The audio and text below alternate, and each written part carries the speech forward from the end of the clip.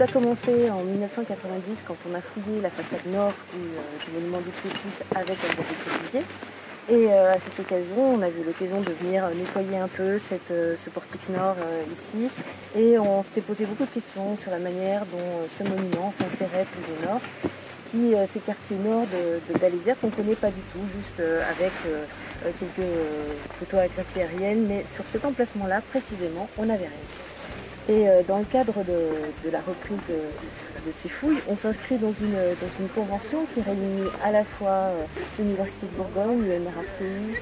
le département de la Côte d'Or qui est le financeur de cette opération, le Muséoparc Alésia et la commune d'Alès-Sainte-Reine. Et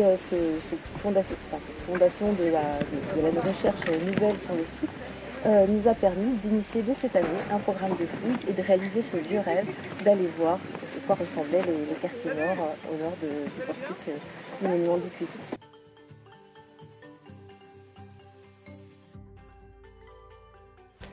Alors l'objectif de cette campagne de fouilles était d'abord de compléter l'exploration du monument du Plessis qui est juste ici, qui est un des grands monuments du centre monumental d'Alésia, dont il nous manquait jusqu'ici toute la partie nord, donc au-delà du portique qui est ici. Et donc c'est pour ça qu'on a repris cette opération pour aller voir un peu ce qui s'y passait. On cherchait en particulier non seulement des pièces, mais aussi le bord du monument, c'est-à-dire le bord de l'îlot dans lequel il était installé. Bord qui aurait dû se matérialiser par la présence d'une route, d'une voie et d'une façade monumentale qu'on cherchait à retrouver.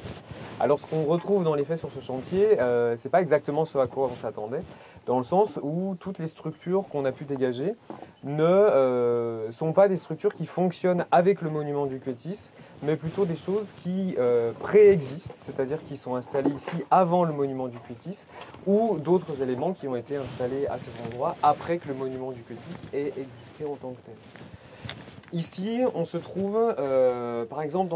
dans un collecteur d'eau, une citerne, un collecteur, on hésite encore un petit peu sur son appellation, qui est une structure inédite à Alésia et qui, vous le voyez,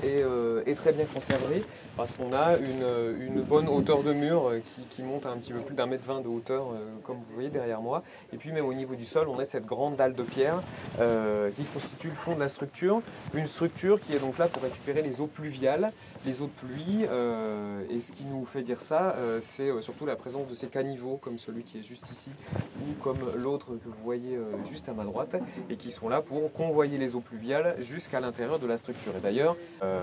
il y a encore de l'eau justement qui stagne dans le fond de la structure suite à une grosse pluie qui a eu lieu il y a 2 jours, donc preuve que l'eau ruisselait bien à l'intérieur de ça.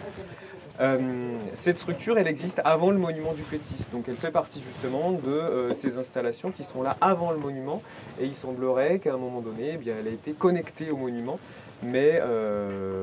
on va tâcher à partir de là de comprendre tout ça après la fouille, puisque maintenant que la phase de terrain se termine, eh bien, on va avoir beaucoup de travail de post-fouille, c'est-à-dire d'analyse du mobilier, de traitement des images, des photographies, des dessins, des relevés, donc de traitement de toutes les données qu'on a amassées afin de comprendre véritablement en détail quelles ont été les successions d'occupation dans cet endroit, c'est-à-dire qu'est-ce qu'il y a eu avant le monument du Plessis, pendant le monument du Plessis et après le monument du Plessis.